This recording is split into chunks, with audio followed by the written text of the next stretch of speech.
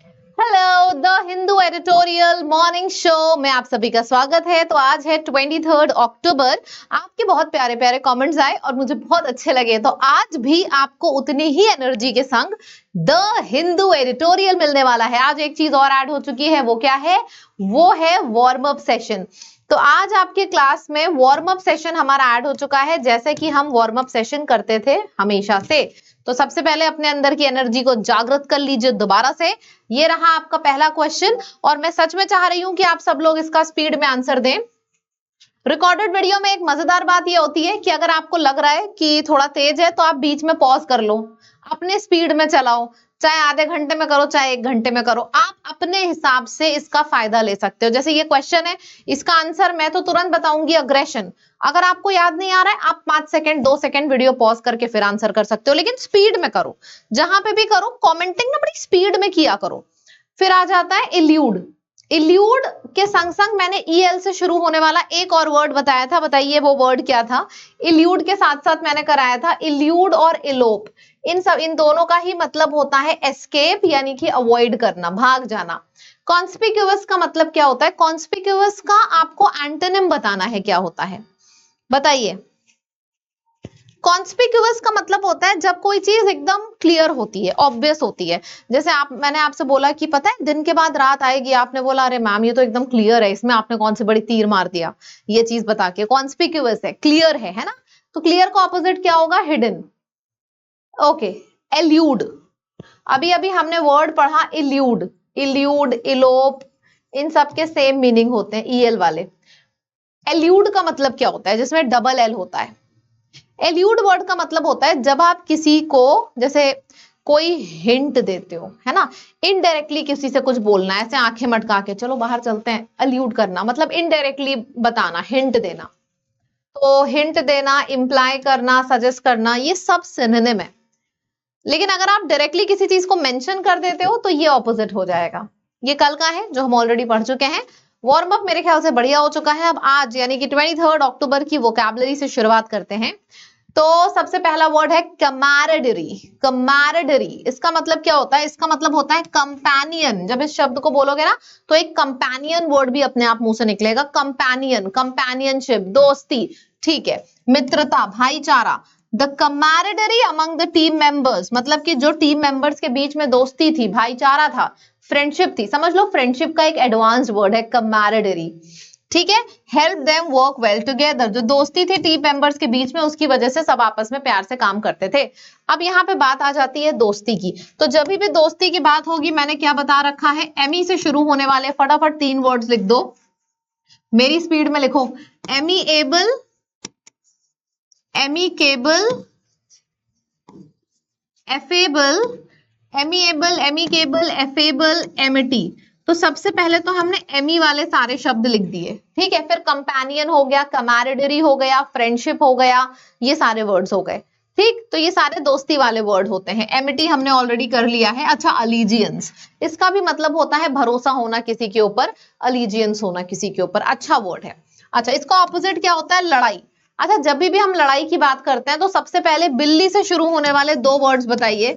बिल्ली से शुरू होने वाले 2 वर्ड्स बताइए लड़ाई के लिए जो यूज होते हैं। पहला शब्द है बेलीगेरेंट और दूसरा शब्द है बेलिकोज। इसका मतलब होता है लड़ाई के लिए यूज होते हैं। जैसे हॉस्टल में आप रुके हो, किसी ने आपका खाना खा लिया, आप लड़ाई करने पहुंच जाते हो ना, तो हॉस्टल से बना है तो एक हॉस्टिलिटी हो जाएगा। लड़ाई कब होती है? जब ट्रस्ट नहीं होता है तो डिस्ट्रस्ट हो जाएगा। लड़ाई कब होता है? जब कोई इंसान आपसे ऑपोजिट है। तो यहाँ पे एक वर्ड हम ऑपोजिट भी लिख सकते हैं और ऑपोजिट के साथ साथ एंटी भी लिख सकते हैं। वो मेरे एंटी है, वो मेरे ऑपोजिट है, तो एंटी से बना है एंटागोनिज्म हो गया। फिर आपका ऑपोजिट एक शब्द हो गया। अच्छा, कहते हैं ना भाई तुम तो जानवरों की तरह बिहेव कर रहे हो, इतना लड़ाई क्यों कर रहे हो? तो एनिमल से बना है, जानवरों की तरह बिहेव कर रहे हो। जानवर पढ़े लिखे नहीं है, तुम भी एकदम वैसे बिहेव कर रहे हो, चिल्ला रहे हो, कहाँ है कर रहे हो। तो एनिमल से बना है। देखो याद रखने का तरीका है, एनिमल से बना है तो एनिमोसिटी हो जाएगा। और आपका दुश्मन है, दुश्मन के लिए हम कौन सा वर्ड यूज करते हैं? एनिमी। तो एनिमी से बना है तो एनिमिटी हो जाएगा। एनिमल से बना है एनिमोसिटी, एनिमी से बना है एनिमिटी, बिल्ली से शुरू होने वाले दो शब्द बेलिगेरेंट, बेलिकोस, हॉस्टल की मदद से हॉस्टिलिटी याद हो गया, किसी के ऊपर भरोसा नहीं है मतलब दोस्त नहीं है वो डिस्ट्रस्ट हो गया, फिर हो गया मेरे से ऑपोजिट है तो एक शब्द ऑपोजिट हो गया, और एक एंटी की मदद से एंटागोनिज्म हो गया, तो ये ऑपोजिट हो गया, सिनोनिम ऑपोजिट। ठीक, चलो अच्छा, इससे मिलते जुलते दो शब्द और हैं, जैसे यहाँ पे एंटागोनिस्टिक है ना, वैसे प्रोटोगोनिस्ट होता है। प्रोटोगोनिस्ट इज प्रो, ये बंदा प्रो है इस काम में, प्रो है मतलब हीरो है। So protagonist is the main character, जिसको हम हिंदी में शुद्ध शब्दों में इंग्लिश में हीरो बोलते हैं। सो प्रोटोगोनिस्ट इज हीरो और एंटागोनिस्ट इज विलन, ऐसे समझो। ठीक है, एंटागोनिस्ट होता है जो आपके ऑपोजिट होता है, जो विलन होता है। सारे के सारे शब्द यहाँ पे हैं जो आपके बढ़िया से याद हो गए। कम से कम 15 शब्द हम लोग इस स्लाइड पे याद कर चुके हैं। ठीक, चलिए आगे बढ़ते हैं। रेंडर, रेंडर करने का मतलब होता है किसी को कुछ प्रोवाइड करना। जैसे मैंने बोला please render me your help, मतलब मुझे अपनी हेल्प दो, सपोर्ट करो, मेरा प्रदान करो मुझे अपनी help. The generous donation rendered the project feasible, मतलब जो डोनेशन हमें मिली है उसकी वजह से प्रोजेक्ट बहुत बढ़िया, बहुत फीजिबल हो चुका है। ठीक है, अब हम आते हैं किसी को कोई चीज देना, तो उसके लिए प्रोवाइडेड हो जाएगा, डिलीवर हो जाएगा, सप्लाइड हो जाएगा और ट्रांसमिटेड हो जाएगा, ट्रांसफर्ड भी हो जाएगा, ट्रांसफर्ड भी हो सकता है, ट्रांसमिट करना, ट्रांसफर करना। सो प्रोवाइडेड, डिलीवर्ड, ट्रांसफर करना, ट्रांसमिट करना, सप्लाई करना, तो ये सारे सिनोनिम्स होंगे। इसका ऑपोजिट क्या हो गया, आपने अपनी हेल्प किसी जगह पे बंद कर दी है, मतलब होल्ड पे डाल दी है। सो होल्ड पे डालने को हम कह देंगे विद हेल्ड, होल्ड पे डालना यानी कि विद हेल्ड करना। केप्ट, केप्ट का भी मतलब होता है रोक के रखना। तुमने मेरे से मदद मांगी, मैंने मना कर दिया, मतलब डिनाई कर देना, रिजेक्ट कर देना, रिफ्यूज कर देना, कंसील कर देना, यार नहीं करना है मुझे ये चीज। एक तरफ आप हर चीज मैं प्रोवाइड करे जा रही हूँ, दूसरी तरफ मैं अपना सामान छुपा के रख रही हूँ, कंसील करके रख रही हूँ, तो कंसील भी इसका ऑपोजिट है। ठीक है, रिक्लेम, कंसील्ड, रिटेन, तो एक तरफ आप दे रहे हो प्रोवाइड, ट्रांसमिट, ट्रांसफर, दूसरी तरफ आप अपने पास रोक के रख रहे हो, कंसील करना, रिक्लेम करना, होल्ड करके रख रहे हो, तो होल्ड बोलो चाहे विदहेल्ड बोलो। केप्ट हो गया, डिनाइड हो गया, ये सब आ गया। ठीक है, अच्छा, रिटेन करने का मतलब यही होता है रिस्टोर करके रखना, मतलब अपने पास स्टोर करके रखना। एक तरफ प्रोवाइड कर रहे हो, ट्रांसफर कर रहे हो, ट्रांसमिट कर रहे हो, दूसरी तरफ अपने तरफ छुपा के रख रहे हो, स्टोर करके रख रहे हो, रीस्टोर करके रख रहे हो। अच्छा, डिटेन, अच्छा इस डिटेन वर्ड का मतलब क्या होगा, डिटेन वर्ड यूज होता है जब हम किसी को जेल में डालते हैं, कस्टडी में डालते हैं। ये जो काला डब्बा है इसको ध्यान से देखा करो, यहाँ पे मैं मोस्ट कंफ्यूजिंग वर्ड्स लिखती हूँ। जैसे हमने यहाँ पे करा रेंडर्ड हेल्प के लिए, लेकिन डिटेन, जैसे रिटेन है तो रिटेन से मिलता जुलता डिटेन है, तो मैंने सोचा डिटेन भी लिख दूं ताकि आपका कंफ्यूजन सामने ही खत्म हो जाए। रिटेन करने का मतलब होता है रिस्टोर करना, रोक के रखना, और डिटेन करने का मतलब होता है किसी को जेल में बंद करके रखना। जैसे ही वॉज केप्ट इन जेल, तो डिटेन्ड भी हम बोलते हैं इसको, जेल में रखने को। ठीक, चलिए अब आ जाएगा कॉन्स्पिक्यूअस। कॉन्स्पिक्यूअस हमने वैसे पढ़ा ही है, लेकिन फिर भी इस शब्द इतना इंपॉर्टेंट है, इस शब्द को करना बहुत जरूरी है। कॉन्स्पिक्यूअस का मतलब होता है एक ऐसी चीज जो क्लियर है, ऑब्वियस है, नोटिसेबल है।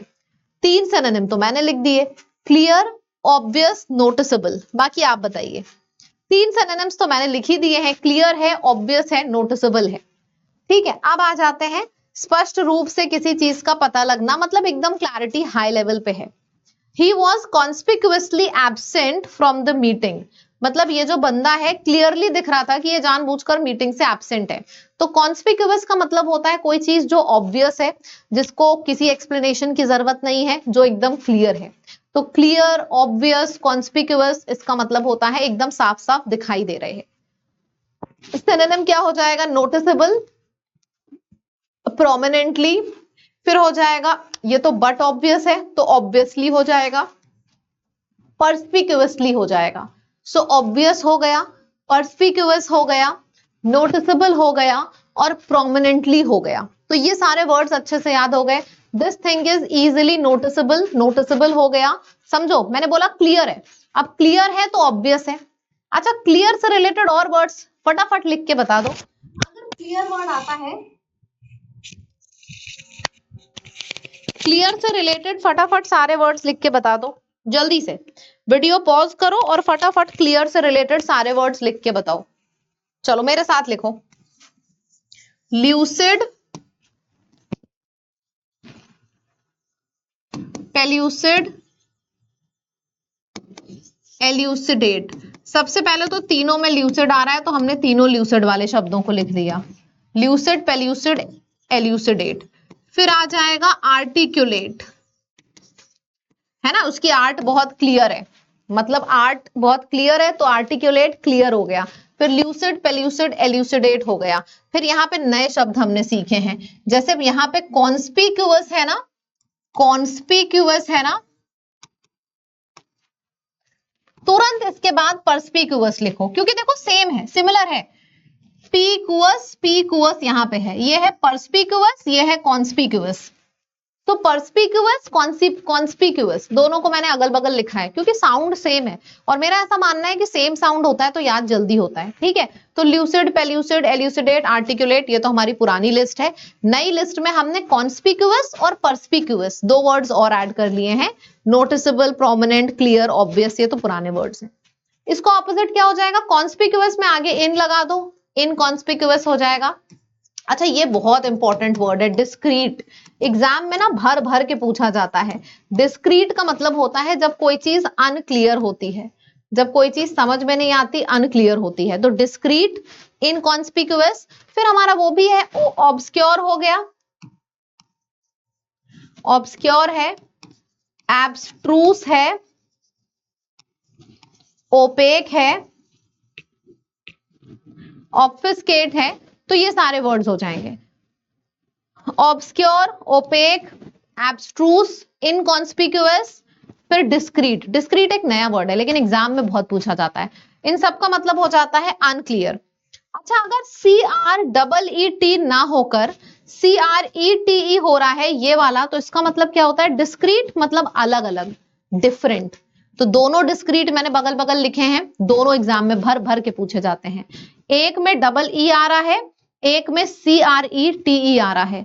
तो जिसमें डबल ई आ रहा है उसका मतलब होता है अनक्लियर, डिस्क्रीट या अनक्लियर वाला हो गया। और नीचे वाले डिस्क्रीट का मतलब होता है डिफरेंट, यानी कि डिस्टिंक्ट, अलग अलग। ठीक, बहुत बढ़िया। ये भी स्लाइड हमारी पूरी तैयार हो गई है।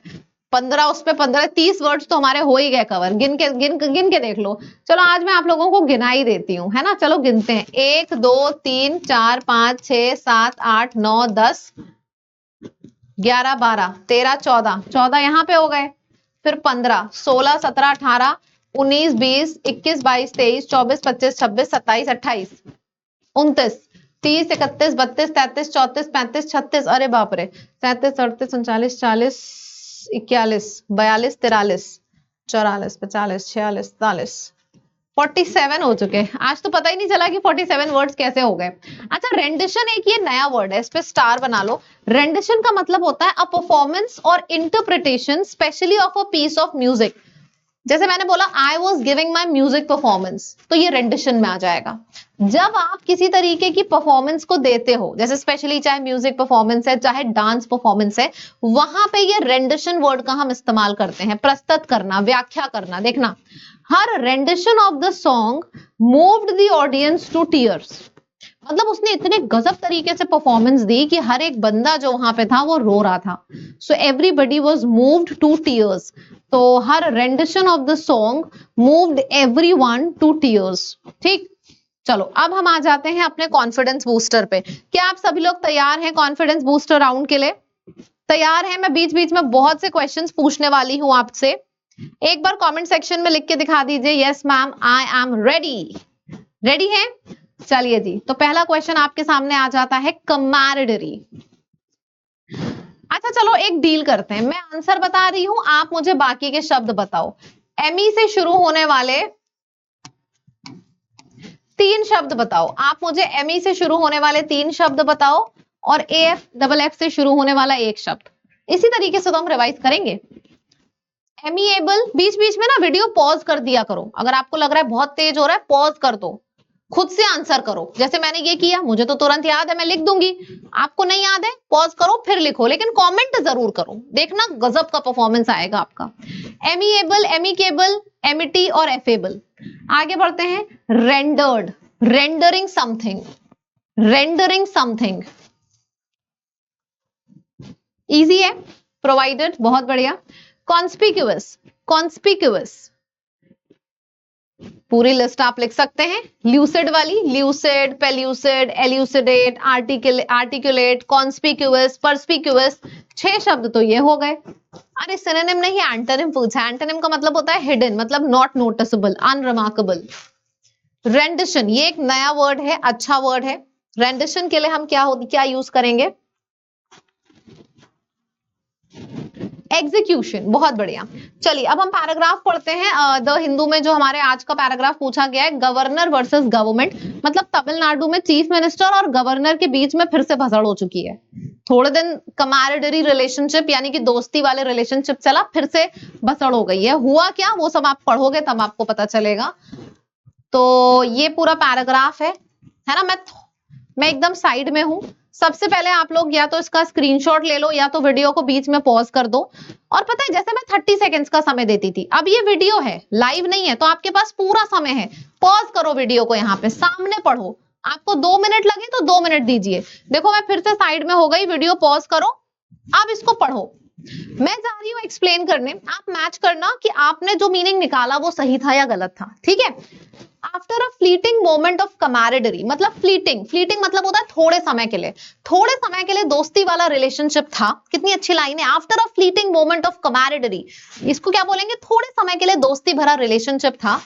पॉलिटिकल हॉस्टिलिटीज यानी कि पॉलिटिकल लड़ाई फिर से शुरू हो गई तमिलनाडु गवर्नर आर.एन. रवि और चीफ मिनिस्टर एम.के. स्टेलिन के बीच में। दोबारा से जो भसड़ है, जो लड़ाई है, वो बढ़ चुकी है। कितनी प्यारी लाइन है, after a moment of camaraderie relationship, यानी कि थोड़े समय के लिए ऐसा रिलेशनशिप था, अब दोबारा से जो भसड़ है, जो हॉस्टिलिटी है, पॉलिटिकल हॉस्टिलिटी बढ़ गई है ना। ऐसे डिफिकल्ट लग रहा होगा लेकिन अब इजी लगा।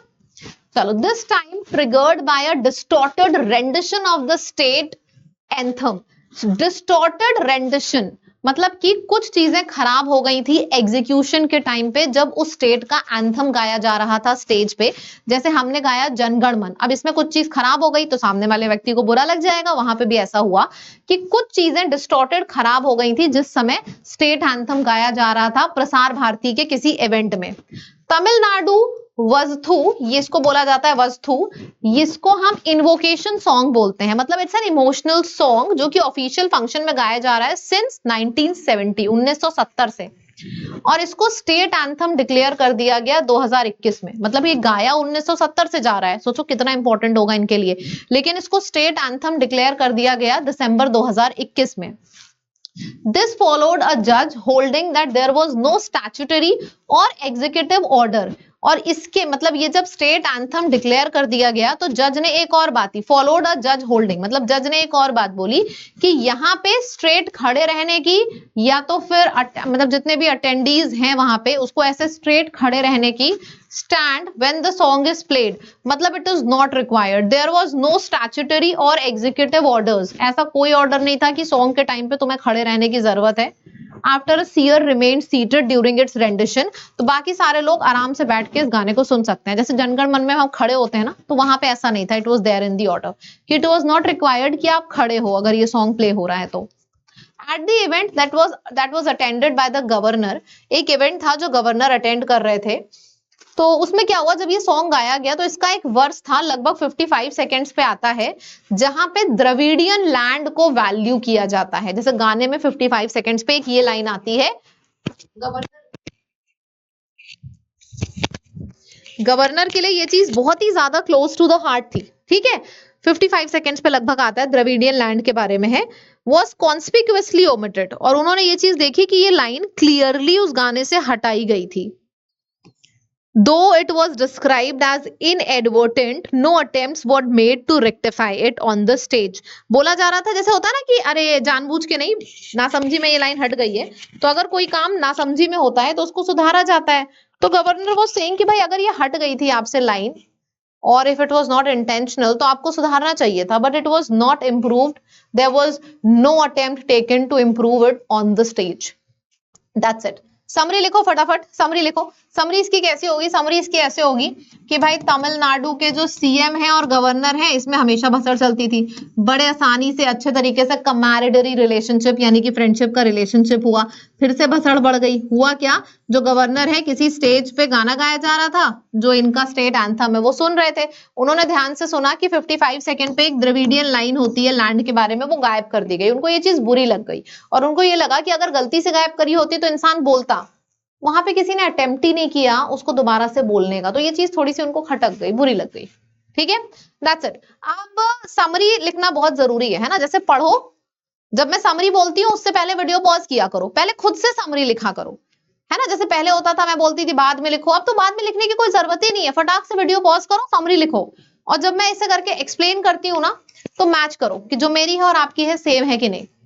ठीक है, चलो आपके सामने क्वेश्चन है, फटाफट आंसर करेंगे। When triggered the renewed political hostilities between Tamil Nadu governor R N. Ravi and CM M K. Stalin? क्या किसने ट्रिगर किया था? Disagreement over a new state law? नहीं। Distorted rendition of the Tamil Nadu वस्तु एट एन ऑफिशियल इवेंट? ये पावर होती है, अगर दिमाग में समरी चल रही है तो इतने आसानी से आप मार्क करते हो। क्वेश्चन एक एक वर्ड का नहीं है, बाकायदा एक एक लाइन का लंबा क्वेश्चन है, पर आपने सबने आंसर किया, वो भी सही आंसर किया। What was omitted from Tamil Thai वस्तु at the Prasar Bharati event? क्या चीज हटाई गई थी? इन्वोकेशन ऑफ तमिल डिटीज नहीं, last line of the anthem नहीं, वर्ड्स अबाउट तमिलनाडु गवर्नमेंट नहीं, द्रविडियन लैंड के ऊपर लाइन हटाई गई थी।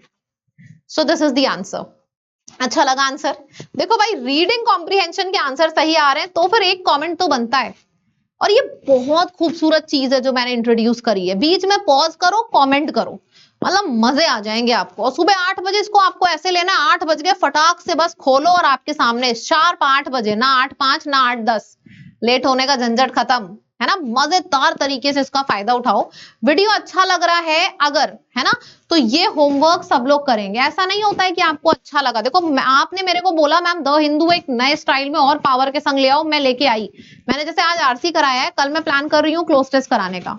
मैं डिफरेंट वैरायटी इंट्रोड्यूस कर रही है कि आपको कैसे अच्छा लगे, कैसे ये ज्यादा फायदा पहुंचाए। अब आप इतना सा तो कर सकते हो ना, जितने लोगों को फायदा हो रहा है, सबसे पहले इस वीडियो को खूब शेयर करो, खूब ज्यादा शेयर करो, ताकि सबके पास ये वीडियो जाए, पहुंचे। ठीक है, और इसके साथ ही साथ इस क्वेश्चन का आंसर करेंगे सभी लोग। ठीक है, और चैनल को सब्सक्राइब करना बिल्कुल मत भूलना। सुबह 8 बजे आपको वीडियो मिलता है और रात 8:30 पे ये एक लाइव शो चल रहा है, आज भी होगा, डेली हो रहा है रात 8:30 बजे, जरूर अटेंड करना इसको। और हाँ, चैनल सब्सक्राइब करना मत भूलिएगा, और वीडियो पसंद आया तो लाइक बटन पे क्लिक करिए। आपके लाइक बटन पे जब क्लिक होता है ना तो मुझे अपने आप स्माइल आ जाती है, मैं देखती हूँ और आपको अच्छा लगा वीडियो। ठीक, thank you so much, bye bye.